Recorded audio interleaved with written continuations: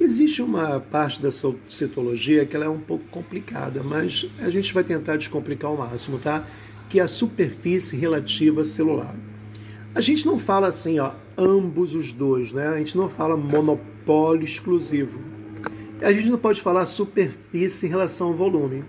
Quando a gente fala superfície relativa, já é uma superfície em relação ao volume celular. Então, para você poder entender, eu vou entrar numa matemáticazinha bem básica, bem bobinha, que aí você entende melhor como é que funciona isso, tá?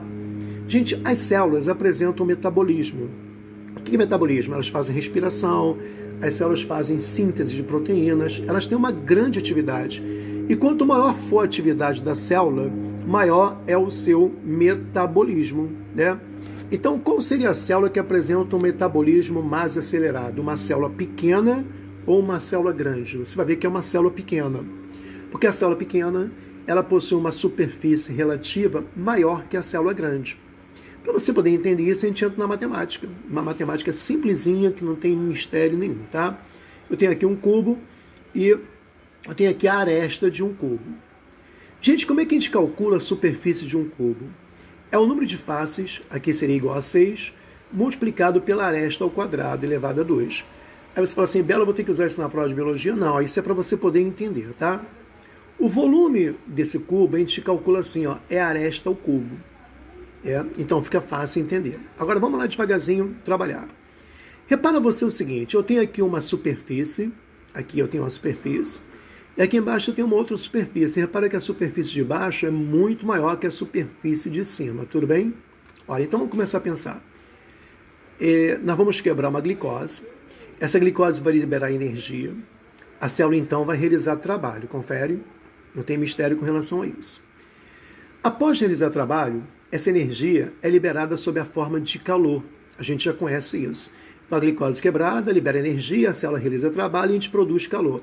O calor, ele não fica nessa superfície. Pela lei da termodinâmica, esse calor tende a se dissipar para o espaço. A mesma coisa embaixo. Eu tenho aqui uma superfície maior. Naturalmente, a glicose vai ser quebrada, vai liberar energia, a célula vai realizar trabalho e vai produzir calor. Só que essa superfície aqui vai dissipar muito mais calor, porque ela é uma superfície maior. Então, você conclui que superfícies maiores dissipam mais calor. Se dissipam mais calor, superfícies maiores exigem mais consumo de glicose para manter o calor interno. Então, eu posso falar que superfícies maiores necessitam ter um metabolismo mais acelerado, consome mais glicose que superfícies menores. Aí você fala assim, mas Belo, eu estou entrando aqui em conflito, porque se essa superfície é menor, seria de uma célula menor. Se essa superfície é maior, seria de uma célula maior. Não, é o contrário. Só a matemática consegue explicar isso. Então, vamos entender isso aqui pela matemática bem simplesinha, tá bom? Eu tenho aqui um cubo com uma aresta igual a 2. Eu tenho aqui um cubo com uma aresta igual a 10. Repara que esse cubo tem um volume maior que este, tá bom? Volume, eu estou falando em volume. Eu vou calcular a superfície desse cubo. Eu tenho aqui, ó, 6 lados, multiplicado pelo quadrado. 2 vezes 2, 24. Confere? Então, eu descobri que 24 representa a superfície desse cubo. Aqui eu tenho o volume do cubo, que é a aresta ao cubo, e eu vou achar um valor igual a 8. Repara você que a superfície desse cubo é igual a 24 e o volume é igual a 8. Então, se eu dividir 24 por 8, eu vou ter 3. 3 é a superfície relativa desta célula. Na célula de cá, que tem um volume maior, eu fiz novamente o cálculo e achei 600 de superfície e 1000 de volume. Repara que a superfície dessa célula é menor que o seu próprio volume. Eu achei a superfície relativa dela que é igual a 0,6. Você está reparando que essa célula tem um volume maior que esta célula? Então, repara você que esta célulazinha tem um volume menor, mas tem uma superfície relativa maior que esta. Então, a gente conclui que células com volumes menores, apresentam superfícies relativas maiores. Então, elas dissipam mais calor, têm maiores taxas metabólicas. Aí fica bem fácil entender isso, né? Então, pensa comigo.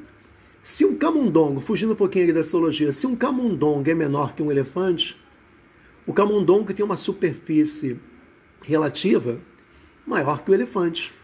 Então, o camundongo perde mais calor para o meio, ele apresenta uma taxa metabólica mais acelerada que um elefante. Então, eu tenho que alimentar um camundongo muito mais vezes que um elefante, que ele consome muito mais glicoses, por ter um metabolismo maior, por ter uma superfície relativa também maior.